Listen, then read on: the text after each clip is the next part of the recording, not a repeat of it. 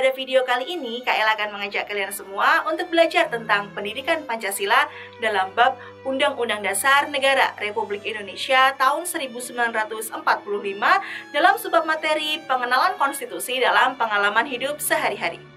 Jika suatu negara menganut kedaulatan rakyat, maka legitimasi konstitusi itu berada di tangan rakyat. Sedangkan jika suatu negara menganut kedaulatan raja, maka raja yang menentukan berlaku atau tidaknya suatu konstitusi tersebut. Lalu, bagaimana perumusan konstitusi itu? Perumusan konstitusi itu berasal dari nilai dan norma yang ada di dalam masyarakat, serta praktik penyelenggaraan negara. Konstitusi pertama tertulis yang ada di Indonesia yaitu Undang-Undang Dasar 1945. Hampir semua negara di dunia itu memiliki konstitusi tertulis yakni Undang-Undang Dasar, yang mana tugasnya yaitu sebagai mengatur cara pembentukan, cara pembagian wewenang, dan cara bekerja berbagai lembaga kenegaraan serta perlindungan hak asasi manusia. Tahukah kalian bahwa perumusan Undang-Undang Dasar 1945 itu melalui proses yang amat sangat panjang? Perumusan Undang-Undang Dasar dimulai dari dibentuknya BPUPKI pada tanggal 29 April 1945. Awalnya BPUPKI merumuskan rancangan dasar negara. Selanjutnya BPUPKI merumuskan rancangan dari Undang-Undang Dasar. Pada sidang kedua BPUPKI itu membahas tentang rancangan Undang-Undang Dasar, yang mana pada sidang ini dibentuklah Panitia Perancang Undang-Undang Dasar yang diketuai oleh Insinyur Soekarno, yang bertugas untuk menyusun rancangan Undang-Undang Dasar. Panitia ini membentuk pembukaan Undang-Undang Dasar yang tercantum pada Piagam Jakarta sebagai rencana untuk pembukaan Undang-Undang Dasar 1945. Selain itu, dibentuk pula panitia kecil yang tugasnya adalah menyusun rancangan Undang-Undang Dasar dan berbagai pasal-pasalnya yang diketuai oleh Mr. Supomo. Lalu pada tanggal 14 Juli BPUPKI melanjutkan sidang untuk menerima laporan dari panitia perancang undang-undang. Insinyur Soekarno sebagai ketua melaporkan 3 hal, yakni pernyataan Indonesia Merdeka, pembukaan Undang-Undang Dasar, dan batang tubuh Undang-Undang Dasar. Setelah berhasil merumuskan rancangan Undang-Undang Dasar 1945, BPUPKI digantikan dengan PPKI.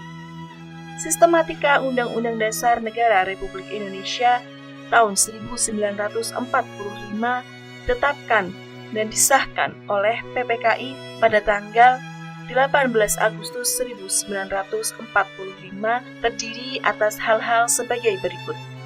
Yang pertama, pembukaan, terdiri atas 4 alinea yang pada alinea keempat tercantum dasar negara yakni Pancasila. Yang kedua, batang tubuh atau isi yang terdiri atas 16 bab, 37 pasal, 4 aturan peralihan dan 2 aturan tambahan. Yang ketiga, penjelasan, terdiri atas penjelasan umum dan penjelasan pasal demi pasal. Yang ketiga, penjelasan yang terdiri atas penjelasan umum dan penjelasan pasal demi pasal. Pemberlakuan Undang-Undang Dasar 1945 sempat diberhentikan selama 9 tahun dengan berlakunya Konstitusi Republik Indonesia Serikat dan UUDS 1950. UUD 1945 kembali berlaku sebagai konstitusi negara melalui dekret presiden yang dikeluarkan oleh Presiden Soekarno pada tanggal 5 Juli 1950. Tetapi adik-adik Sobat Eksis, Undang-Undang Dasar yang kita gunakan ataupun ketahui saat ini bukan sama seperti susunan yang pertama kali dibuat loh.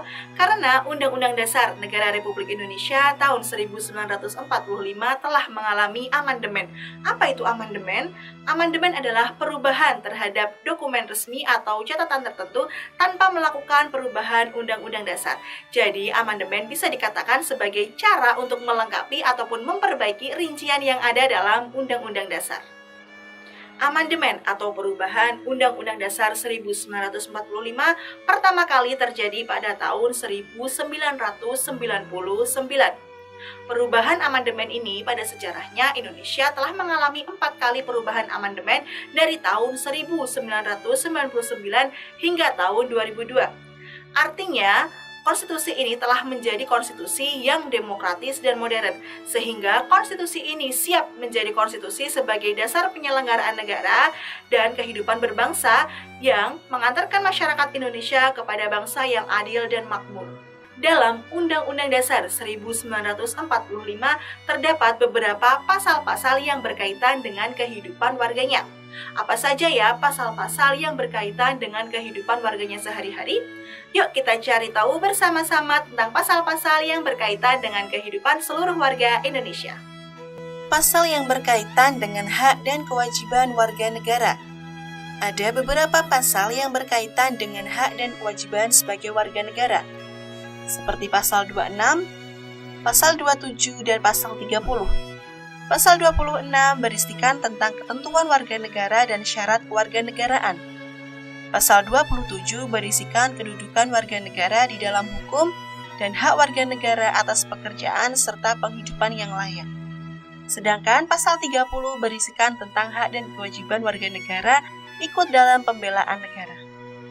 Pasal yang berkaitan dengan hak asasi manusia.